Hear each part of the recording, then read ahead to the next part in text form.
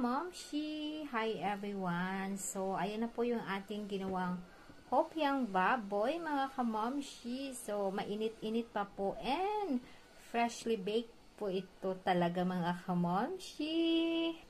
So, ayan, wag na natin patagalin pa mga kamamshi para sabay-sabay tayong mag-crave. So, next time gagawa din kayo. So, ayan na po, dito tayo mag-start mga kamamshi. So, ayan na po yung kanyang outcome. So, tamang-tama lang yung ating baking time na 20 minutes mga kamamshi. So, try ko na dito. So, ganyan siya mga kamamshi. So, ayan. So, perfect na perfect mga kamamshi. Siyempre, tayong gumawa nito. So, yung ating pagod. So, let it taste na mga kamamshi. So, ayan mga kamamshi. Super sarap. So, yung feeling na ito ay hindi po siya masyadong matamis mga kamamshi kasi nagbawas ako ng sugar. So, next time, i-add ko na lang mga kamamshi. Okay? So, ganito po yung kanyang texture. So, ang sarap sa merienda mga kamamshi. And but before that, gusto ko din itry dito para makita nyo mga kamamshi. Ito po siya yung kanyang. So, ayan. As in, tamang-tama lang talaga mga kamamshi. Diba po? So, wag na nating hawakan lahat kasi yung iba kakain pa lahat later, mga kamamshi. So, basta ayan. So, ayan, look at mga kamamshi, diba? So, sarap-sarap mga kamamshi. Yeah, wait a moment, mama. It's doing test fatigue. So, ayan, nagugutom na daw siya mga kamamshi. Sabi ko, wait lang mama, kumting ano na lang. O, diba? Selfie is life talaga tayo. So, ayan mga kamamshi. So, ayan po. Happy baking everyone. And ciao, ciao. Maraming salamat po.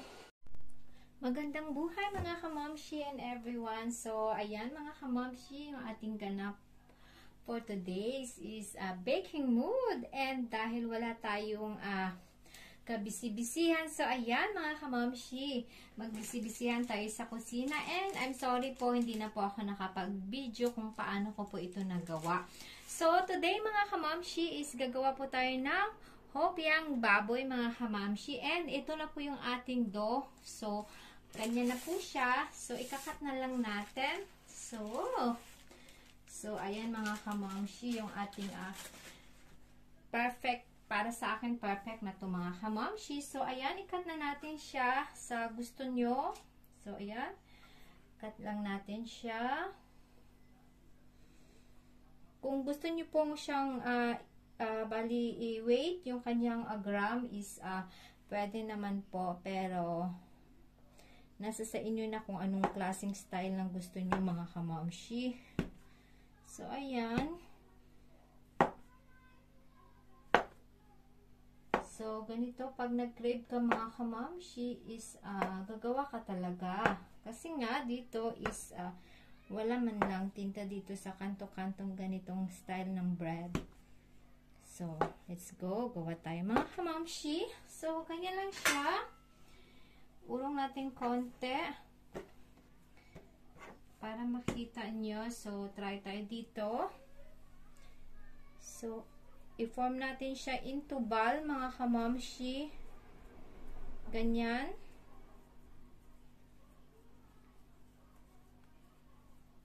So, ayan, ganito. So, ganyan pong style yung ating pagka-form. So, gawa tayo another one, mga kamamshi. So, ganyan.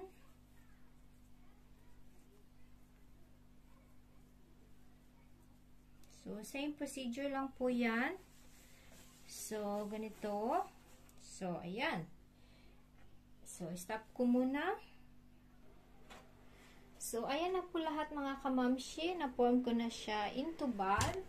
And then, yung ating feeling na pang-hopya is malamig na po, na cool down na natin. So, let's go na po. Mag-feeling na tayo.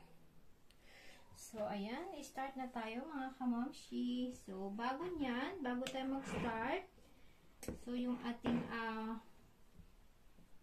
pang-peeling is, syempre, dapat nakaganto din siya. Naka-form into ball. So, ganyan mga kamamshi. para easy way na natin siyang magawa later. So, ganun lang. I-form nyo lang siya. Same na ginawa ng dough natin. So, ganyan. So, ayan po. Mag-try na tayo. So, ito po siya. Pwedeng gumamit kayo ng rolling pin, pero ako, ganito lang style yung gusto ko na for me is perfect na po mga kamamshi. So, ganito. Tapos, lagay natin yung ating filling. So, ganyan yun siya. So, ganito na po. And then, i-form natin siya into ball. So, ganito na siya. Na-form na natin into ball. And then, after that, another press mga kamamshi. So, ganyan. Parang po siyang pa-round na. And then, i-close lang natin ganito. So, ganyan lang ka-easy gumawa ng hopya baboy mga kamamshi. So, ganyan. And syempre, dapat yung ating lagayan is naka-ready na para ilagay na natin siya. And then, another one na press para mag-close po siya. So, ayan mga kamamshi.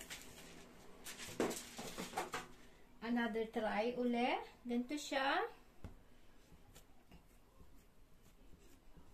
So, ganyan. Ito yung ating filling. So, close. So, ayan, naka-close na po. Form into ball.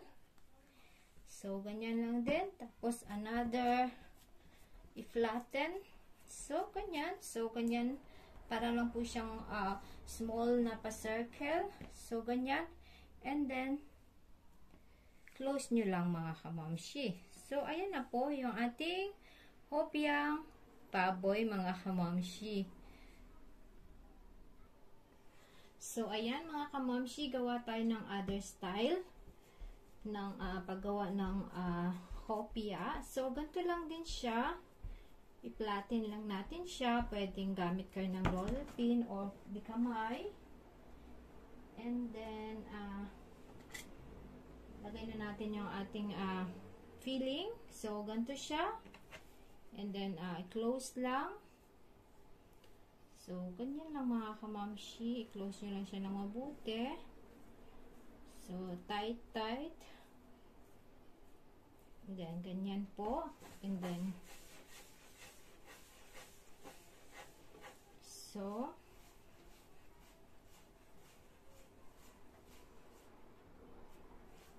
ito po yung another style ng paggawa ng ating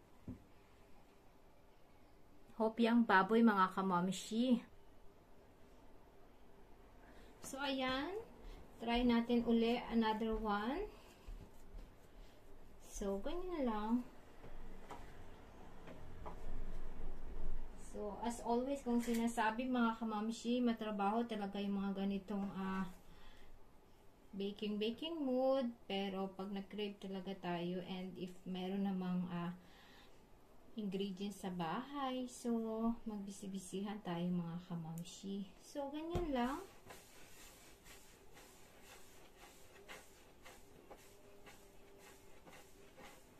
So, konting yan, pwedeng magamit kayo ng gloves kung gusto nyo, pero ako nagugas naman ako ng kamay. So, ayan, nakadalawa na tayo. So, ayan mga kamamshi, ito na po yung ating nagawa. Ito yung ating another style ng hopyang baboy kasi wala na akong place. So, ganito ko na lang siya. So, ayan na po lahat yung nagawa natin mga kamamshi. Bali, 16 pieces po yan. And then, after nyan, i-ano na natin siya, i-egg wash na natin, i-brush natin po na ng egg wash. So, ayan, i-brush na po natin mga kamamshi. And then, while mag-brush tayo, i-preheated natin yung ating oven sa 200 Fahrenheit height. And then, i-bake natin po siya ng 15 to 20 minutes mga kamamshi. So, ganyan lang. So, ayan mga kamomshi, ready to bake na po ito. And once again, happy baking everyone. Maraming salamat po. Ciao, ciao!